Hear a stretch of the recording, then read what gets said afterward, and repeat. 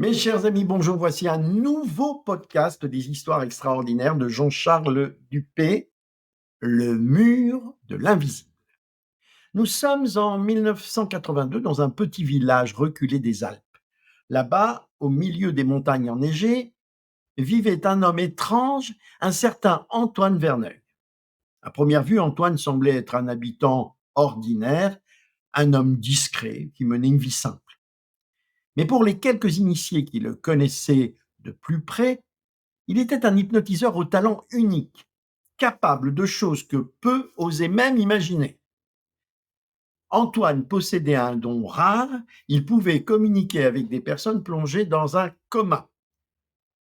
Il ne l'avait jamais révélé au grand public, gardant cette capacité extraordinaire pour lui, conscient des conséquences si le monde venait à découvrir l'étendue de ses pouvoirs. Un soir, Un soir d'hiver, alors qu'une tempête de neige sévissait sur le village, Antoine reçut une visite inattendue.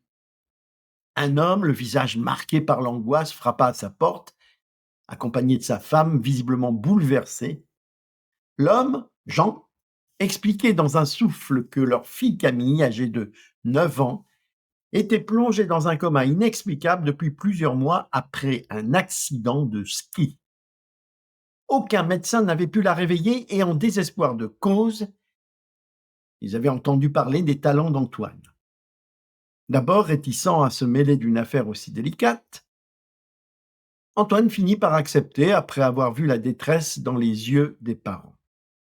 Le lendemain matin, il se rend à l'hôpital où Camille était soignée. Dans la chambre, tout était silencieux. Camille, allongée dans un lit blanc, semblait paisible, comme si elle dormait simplement.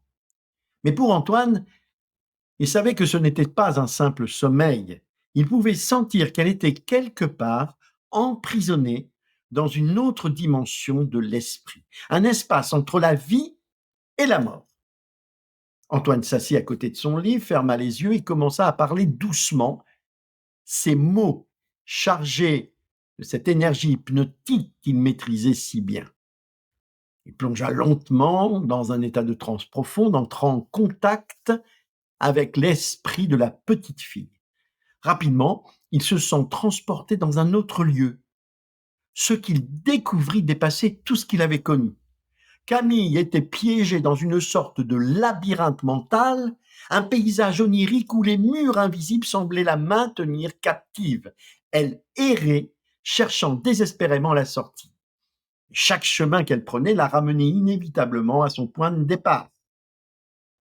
Antoine comprit qu'il ne s'agissait pas d'un coma médical, mais d'une barrière mentale qu'elle avait simplement elle-même fixée après l'accident, une manière de se protéger du traumatisme qu'elle avait subi. Son esprit avait choisi de se cacher derrière ces murs pour ne pas affronter la réalité de l'accident. Antoine tenta de communiquer avec elle, mais chaque fois qu'il s'approchait, Camille se dérobait comme si elle avait peur de ce que représentait le réveil. L'hypnotiseur comprit que pour l'aider, il devait d'abord gagner sa confiance, puis l'amener à accepter la vérité.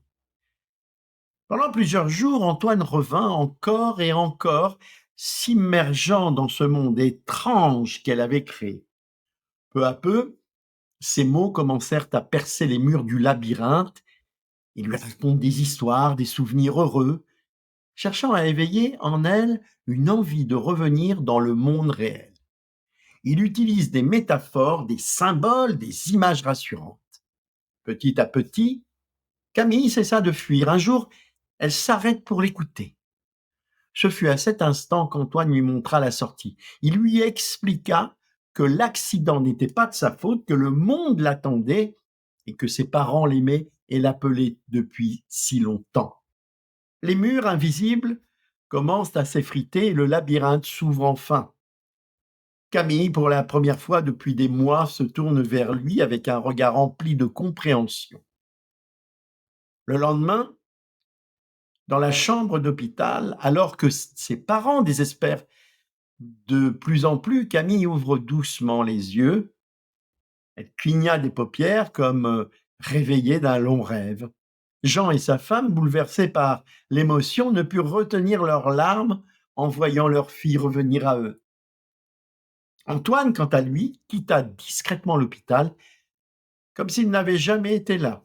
Il savait qu'il avait fait de ce qu'il devait faire, mais il ne chercha ni reconnaissance ni gloire. Pour lui, cette histoire reste l'une des nombreuses preuves que l'esprit humain renferme des mystères insondables et que parfois la clé du retour à la conscience réside dans l'art invisible de l'hypnose.